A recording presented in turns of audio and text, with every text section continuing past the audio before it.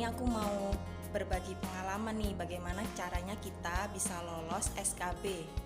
Nah, ini pengalaman pribadi aku selama aku mengikuti tes CPNS dan sampai sekarang akhirnya alhamdulillah aku bisa lolos CPNS.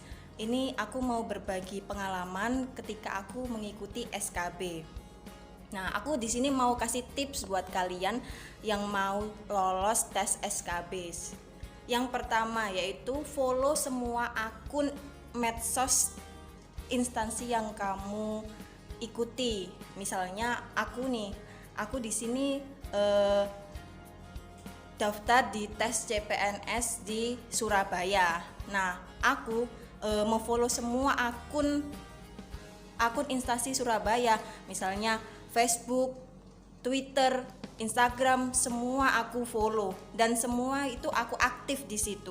Aku tanya-tanya semua informasi yang aku pengen tanya di situ. Jadi ada banyak komentar teman-temannya juga tes di situ. Jadi banyak ilmu. Nah, selanjutnya yang kedua, setelah aktif di medsos, saya juga aktif di berbagai grup WhatsApp. Misalnya grup WhatsApp IKA alumni, grup WhatsApp teman kuliah kelas dulu, atau juga grup WhatsApp SMA. Jadi di situ kita bisa berbagi info gimana sih caranya, apa soal-soalnya bagaimana yang SKB. Sebelumnya aku sudah lolos SKD. Waktu itu alhamdulillah pesaingku untuk formasi yang kupilih yaitu PPKN, guru PPKN di Surabaya. Formasi yang aku pilih itu saya memilih di SMP Negeri 7 Surabaya. Nah, di situ ternyata pesaingku itu jumlahnya 17 orang. Nah, ketika tes SKD alhamdulillah ternyata yang lolos itu cuma 1 orang, yaitu aku. Jadi untuk melaju ke SKB alhamdulillah itu aku tidak ada saingannya, intinya seperti itu ya. Tapi untuk kalian yang misalnya SKD-nya itu ada saingannya, misalnya 3 orang atau lebih dari 3 orang, untuk SKB-nya kalian harus lebih maksimal lagi.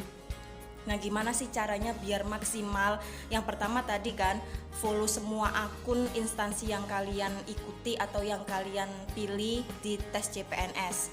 Yang kedua, aktif di medsos tersebut atau di akun tersebut, misalnya tanya-tanya atau sharing-sharing dengan teman.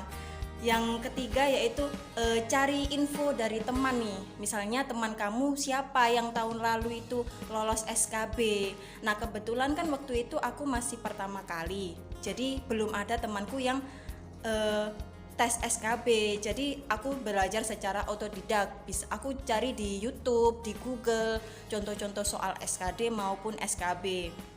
Nah guys, untuk yang ketiga, setelah kita cari info tentang SKB via teman, kamu bisa lihat tuh bagaimana materi-materinya. Kamu bisa cari info di Google, di YouTube, atau di grup WA dari dosen atau dari teman mungkin yang sudah berpengalaman ikut SKB.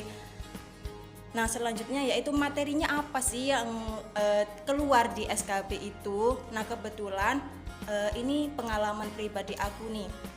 Dulu aku tes SKB itu aku sebelumnya belajar semua materi yang aku ketahui, yang aku pelajari ketika aku ngajar. Kan logikanya aku kan di sini daftar formasi SMP, guru SMP. Aku belajar semua materi pelajaran SMP. Sama untuk jaga-jaga aku tuh belajar materi SMA. Materi pelajaran SMA nih. Tapi ketika di SKB, semua materi yang aku pelajari, semua materi SMP, SMA yang aku pelajari ternyata tidak ada satupun yang keluar. Jadi ini nih kesalahannya. Jadi apa yang kita pikir itu bakal keluar belum tentu juga keluar.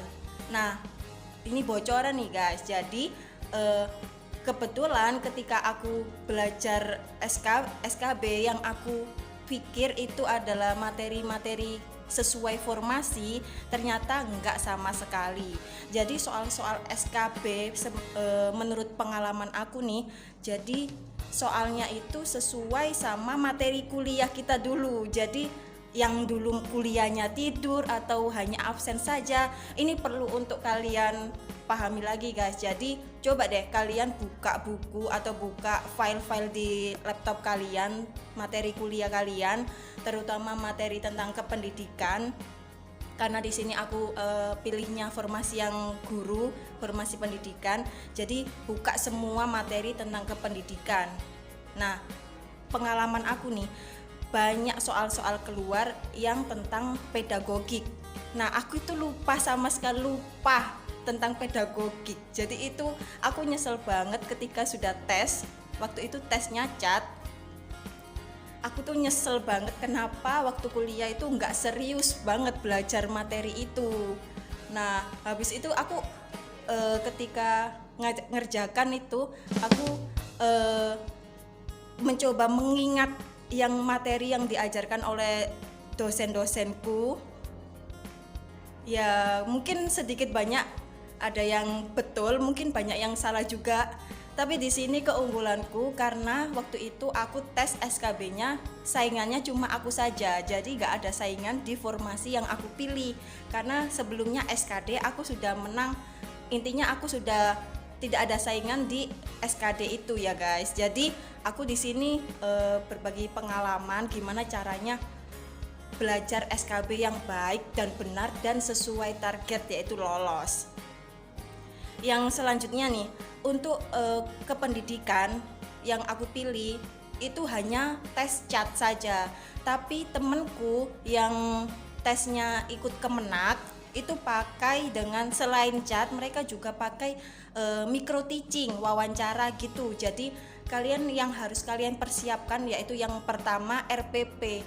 Jadi siapin RPP yang semenarik mungkin dan sebagus mungkin, yang menurut kalian itu kalian pede banget untuk tampil dengan RPP tersebut. Misalnya nih aku misalnya PPKN, tapi mungkin saja aku milih di Kemenak. Jadi aku akan mempersiapkan micro teachingku itu dengan RPP yang aku anggap maksimal banget. Jadi aku akan belajar micro teaching, misalnya micro teaching di kamar atau di sekolah mungkin. Jadi aku akan minta pendapat nih sama teman-temanku, gimana ya, apa cara micro teachingku sudah baik, sudah menarik apa belum. Nah yang selanjutnya yaitu wawancara. Bagaimana sih cara kita biar memastikan atau meyakinkan orang yang mewawancarai kita bahwa kita itu sangat kompeten. Jadi bagaimana public speaking kita itu bagus, dengan cara jawab aja secara spontan, tapi harus juga dengan tegas. Jadi yakin aja dengan jawaban kalian, pokoknya yakin dengan jawaban, baik itu salah maupun benar, yang penting kalian yakin dulu. Yang selanjutnya yaitu setelah menyiapkan RPP, di sini aku mau kasih pengalaman nih buat teman-teman yang sudah punya serdik atau sertifikat pendidik, itu sangat diuntungkan sekali. Pengalaman pribadiku nih, ada temanku yang lolos SKD terus menuju ke SKB, itu saingannya banyak kan. Nah habis itu ternyata yang SKD-nya dia itu nilainya itu biasa aja, jadi dia itu masih ragu kira-kira lolos nggak ya di SKB-nya. Nah ketika kita sudah tes SKB, ternyata temanku ini peringkatnya nggak bagus-bagus banget nih. Tapi ketika pengumuman kelulusan, ternyata temanku ini lolos. Padahal sebelumnya dia tuh kalah, nilai SKD dan SKB-nya tuh kalah sama saingannya. Tapi ternyata yang lolos itu malah temanku itu guys. Jadi ternyata keunggulan punya serdik atau sertifikat pendidik itu, SKB kita nilainya dianggap 100% betul guys. Jadi untuk kalian yang punya sertifikat pendidik, wajib banget kalian ikut SKB. Nah selanjutnya nanti di video selanjutnya aku akan kasih info atau kasih tutorial bagaimana cara kita melakukan pemberkasan yang baik dan benar. Terima kasih.